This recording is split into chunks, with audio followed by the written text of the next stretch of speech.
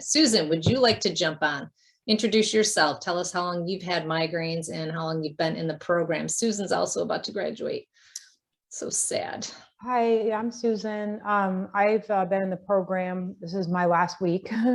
I'm sad. I've already cried a couple of times during this when I hear people's stories. But I had migraines for about 12 years before I joined the program. I probably had some here and there before that, but I really they started to really ramp up during menopause. And I tried a lot of stuff. I didn't do the surgery, but I, it's like interesting Barbie mentioned that, because I remember I used to join all those migraine groups, and then I started dropping out of them because I just would cry seeing all these people suffering. I couldn't stand it because I felt so bad for them. But I saw a lady had all these bruises all over her face. She had had some kind of surgery, and I just thought, oh, there's got to be a better way. But, I never went that far, but I did a couple of clinical trials. I tried sumatriptan, different kinds of triptans, different prophylaxis medicines, acupuncture, chiropractic. I did a really expensive vitamin program that really destroyed my gut health for a while. So, I tried a lot of different stuff. And I was just extremely overwhelmed. And, honestly, when I saw your Facebook ad, I was just like, wow, this sounds so nice. And I like the language and everything. And, but I just was like, I guess I was afraid of failure again, because it kind of makes you feel bad about yourself when you try these things and you fail. You take it personally. You think that something's wrong with me. I did something wrong. And, even sometimes, like, my husband, he really is wonderful, and he's been so supportive. And he talked to Debbie that day that we signed up, and he wanted me to do the program and stuff. But sometimes he would say, well, you did this, you did that wrong. And so then you're like, oh, every little thing I do is like wrong, and you just panic because it's like, I ate this, or I tried to help somebody and that was too much effort or whatever. And I guess that I'm at this stage in my life where I'm doing some work. I teach yoga and I write some books and articles and things, but like, it's also important for me to give something back now, because I'm semi-retired, and I want to be able to do our turtle rescue projects, and I want to have my neighbors come over for dinner, and I want to help neighbors that are in trouble and things like that. And so all those things like really mattered to me when I was in this pain and wanting to get somewhere. And I'm sorry, I lost track of what the question was. That's okay. I'm going to read it right now. I was waiting for a good moment to get in there, because everything you're saying is wonderful. So I hate to interrupt anybody. But this person asked, would you recommend this program to other women who are suffering with migraines that might be different than everyone else? And let me just explain this, because I hear this all the time. I talk to hundreds of women a month, and I hear constantly, I don't think you can help me because I have weather-related migraines. I don't think you can help me because I get dizzy. I don't think you can help me because I only get one migraine a month versus, migraines every day. You can't help me because mine are hormonal. You can't help me because mine are, from chocolate or whatever.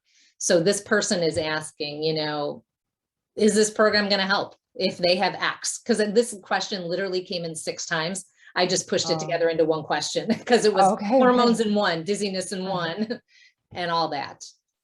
Honestly, having tried another program that would, some of the things is Angela Stanton, some of the stuff she does, but it's just like the eating and the diet and all that they were good. But I think that the thing is that to be successful, what I had trouble with is that they wanted to like push you into this mold where you have to do this and you have to do that.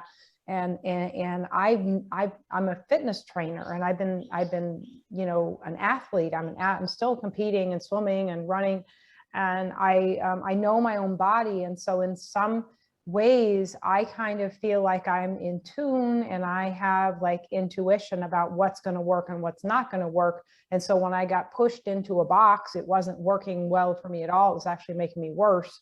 And so what I like about this program, I love the structure. You have all these modules that you get to study on your own. So you have that independence of being able to figure out when you have the time to do it, and you do it. I love that. But I also like the fact that there's always this help, this support out there. Well, wait, maybe we need to tweak this for you, you know, and maybe a little adjustment here, a little bit of adjustment there. So we did a lot of that in this program. It really helped. You know, some people drink more salt water, some people drink less salt water, some people eat extremely low carbohydrate, some people eat more carbs. You know, it just kind of depends. Everybody's body is a little bit differently. And yes, you can get better, absolutely. But part of it is just following the program, be willing to just dive in there and really do what you need to do in the way of the work. And also just kind of reaching out for help and listening to your own body and finding out what will work for you. And, I came in the program too with all these triggers. It's like socializing and smells and weather and certain foods and all that. And yeah, you think, okay, there's all these things. And so no, I can never overcome this. But what Debbie tries to teach you is it's all about threshold and bringing yourself down below that threshold so that you can function again. And so, all these overwhelming things, sometimes when I'm having a really, really good week, people walk by with that horrendous perfume and I'll just be like, whatever, it's kind of a nice feeling, before I was just like, oh my God, I'm gonna get a migraine. So you just like set this up perfectly for me, Susan. So I was just about to go into the fact that it's all about threshold. So, a migraine's a migraine. I'm sure you guys have heard this before. Sugar is sugar is sugar. So there are no hormonal migraines. There are no weather migraines. There are no, whatever you want to call it, ocular migraines.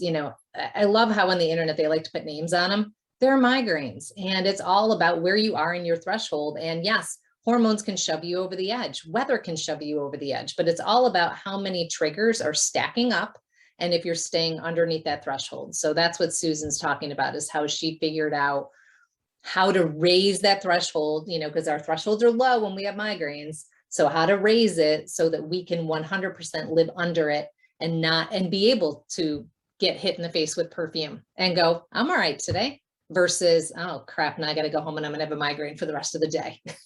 Oh yeah, definitely. I mean, because since I've been in the program, I've been able to go to high altitude. I've been able to travel, I've been able to socialize a little bit more. So, just gradually, little by little, I've done a lot of turtle rescue work this last month. Yes, Susan loves to overgive.